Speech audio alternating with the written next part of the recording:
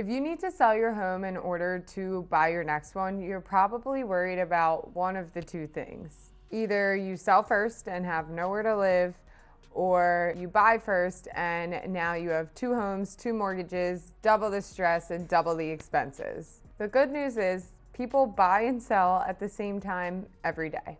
But the order matters, the contract matters, and your financing strategy matters. Because without a plan, one delayed closing can throw off an entire move. In this video, I'm going to be walking you through 4 ways that you can buy and sell a home at the same time. The pros and the cons, and what option makes sense for what client.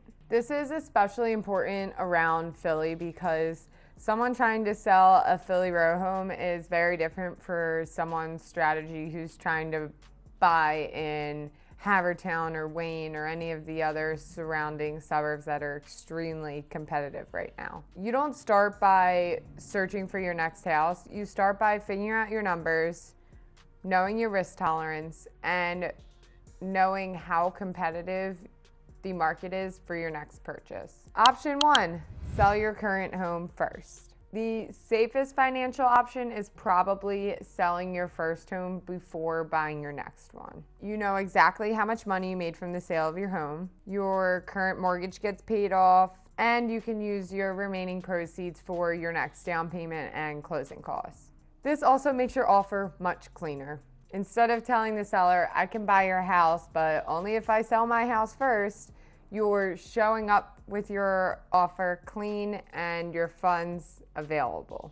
That can make a major difference when you are negotiating in a competitive market. The obvious problem is where you live between the two transactions. One solution when selling your house is negotiating a post-settlement possession agreement, which is also called a rent back. That means you sell your home, you receive your proceeds, and you stay in your home for a select period of time post-settlement.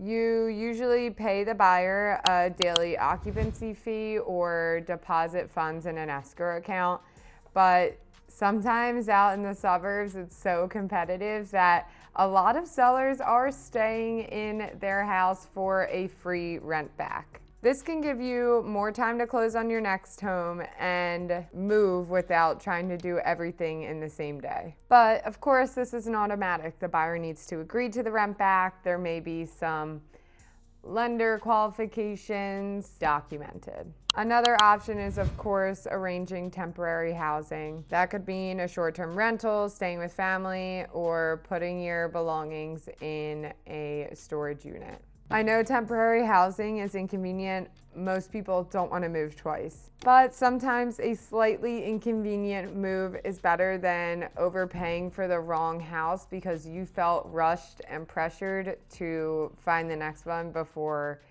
the sale of your home closed. My opinion is if you need all of the equity from your current sale for your next one, selling first is usually the low risk strategy. It gives you certainty and it makes you a much stronger buyer. Option 2, buy your next home first. The second option is to purchase your next property before selling your current one. This is usually the easiest option logistically. You can close on the new house, move in at your own pace, and prepare your old property for the market. And avoid moving companies and all of the logistics that go along with moving within a few hours to 24 hours. It can also make your current home easier to sell. Once you move out, we can clean it, we can paint it, make repairs where needed. We can stage the property very beautifully, and then showings can happen on a breeze without coordinating around your daily life. The challenge is qualifying financially. Your lender may need to calculate both mortgage payments when calculating your debt to income ratio. You also need enough accessible money for down payment, closing costs, moving expenses, and everything else that comes with buying a new house. And obviously the potential of carrying 2 properties for several months together. This is where some homeowners consider using savings or investments, bridge loans, borrowing against a home equity line of credit, making a smaller initial down payment, recasting the new mortgage after the old one sells. A bridge loan is short-term financing that may allow you to access equity from your old home before you sell it. A HELOC will also allow you to borrow against your current property, although it is secured by your property and sometimes often comes with an interest rate. These are not automatically good or bad options. They're tools. The question is whether the additional fees, interest, payments, and risk are worth the flexibility that they provide. You also need a realistic estimate of what the home will sell for and how long it's going to take. So obviously, if you've got a house in Hammertown right now that is in a great location and going to be priced well, then you're going to have a different strategy than someone who's got a renovated South Philly row home that just bought the best house on the block a few years ago.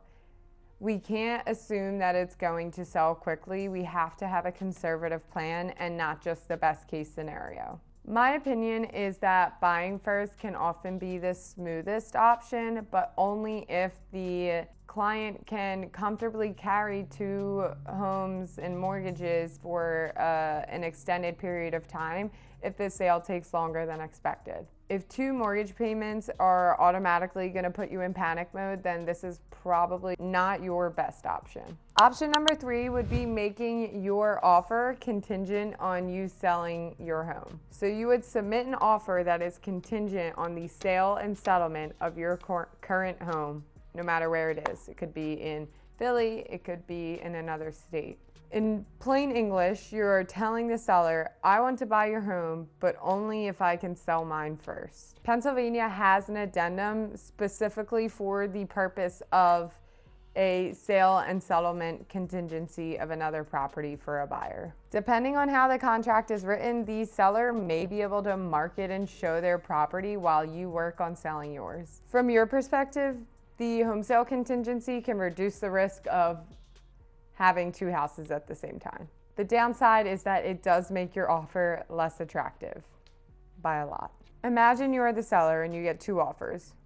One can close normally and the other can only close after listing, selling, and settling on their own property that they have. Which one are you gonna go with? My opinion is that a home sale contingency is a valuable protection plan for you, but you have to understand that the seller is also taking on your risk.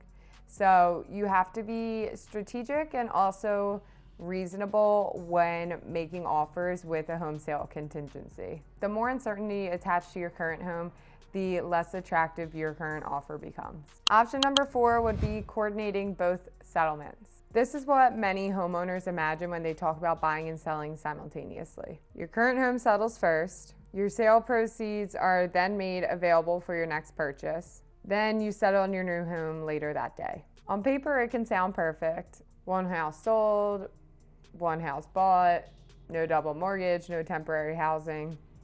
Seems simple, but there's actually a lot of moving parts that go behind the scenes to make that happen. Buyer's financing needs to be ready for the home that you're selling. Title needs to be done on both sides. The lender needs to be caught up on both sides. Documents need to be signed. The proceeds need to reach the next title company, and the seller needs to be ready to close. If the first transaction is delayed, then the second transaction is delayed, and this can cause a domino effect. That can create issues with movers, utilities, keys, rate locks, occupancy, and even contractual deadlines. This is why communication between agents, lenders, title companies, all have to be very cohesive. I also recommend having a backup plan. What happens if settlement is delayed by 1 day?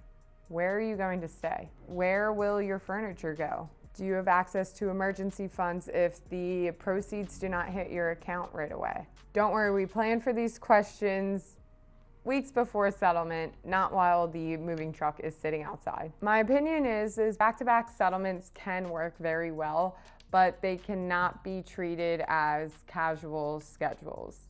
They have to be very strict deadlines and you have to be on top of all of your paperwork. So the question is, how do you decide which option is best? Here are some of the questions that I walk through with my clients. First, do you need the proceeds from your current home?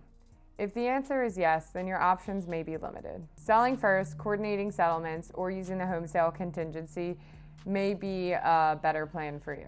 Second question is, can you qualify while carrying both mortgages? This is a lender question. This is not something that we guess. Before we start touring homes, I want the lender to calculate the debt to income ratio, payments, available equity, the reserves, and different down payment scenarios. The third question would be, how competitive is your target market? A contingent offer may work on a property that's been available for 45 days. It's probably not going to work on a newly listed home with 10 offers. The stronger the market is for your next purchase, the cleaner your offer is going to need to be. The fourth question for you is, how easily is your current home going to sell?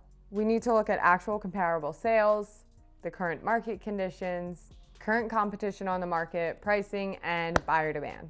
Your neighbor selling quickly last year does not guarantee the same result today. Question number 5 is, how much uncertainty can you tolerate? Some people would rather move twice than carry 2 mortgages. Other people would happily carry the extra expense to avoid moving twice. There is no universal correct answer. The strategy needs to fit both your financial situation and your risk tolerance. The biggest mistake buyers can make is finding the next house before they even have a plan for selling their current one. Before we seriously shop, I want these 3 things completed. First, a lender reviews financing options. Second, I evaluate the current property that you have, and we make a preparation checklist and strategy to be ready to move forward. Third, we decide which contract structure you are willing and able to use.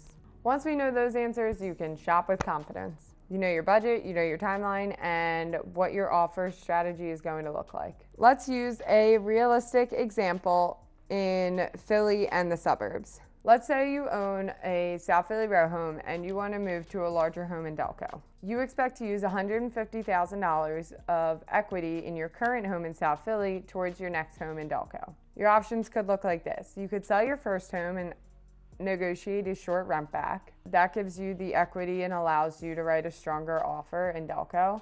You could buy first using savings, a bridge loan, or a HELOC, then list the Philly home after moving to your next house. You could submit an offer in Delco contingent on you selling your South Philly home. Or you could list your home, accept an offer, and negotiate a settlement date that gives you enough time to look for your next property. Which one is best for you depends on the house you're buying, the lender's numbers, the flexibility that you have, how much cash you have available, and how quickly your current home is expected to sell. This is why buying and selling is less about finding the perfect trick and more about creating the right sequence. So the final question is, can you buy and sell a home at the same time? Absolutely. You can sell first, you can buy first, use a home sale contingency, or you can coordinate both settlements to be on the same day. The right option is the one that protects you financially while still helping you make a strong offer to get you the house that you actually want.